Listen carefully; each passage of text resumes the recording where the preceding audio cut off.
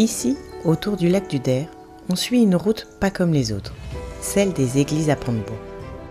Si elles sont en bois, c'est par praticité, une architecture née du terroir.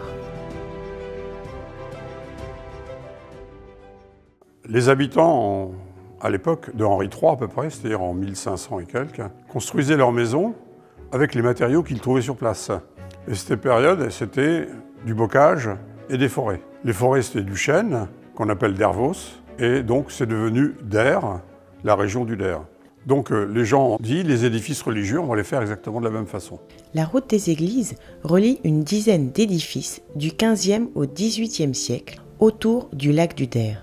Outine est la plus grande et l'une des plus spectaculaires.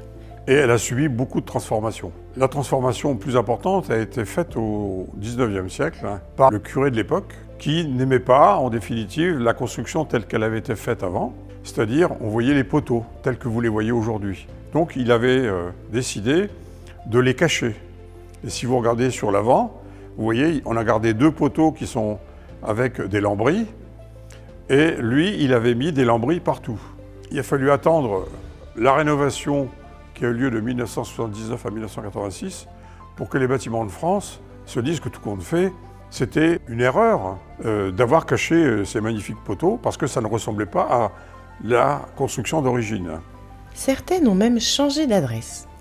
L'église de Nuisement-au-Bois, village englouti lors de la création du lac, a été démontée puis remontée au village musée du Der en 1969. Et sur l'eau, l'église de Champaubert rappelle les villages noyés pour créer le lac. Seule sur sa langue de terre, elle est devenue un repère du Der. Des charpentes comme des nefs inversées, des colombages remplis de terre et de paille, des vitraux du XVIe. Ici, le bois raconte 4 siècles d'ingéniosité et de terroir.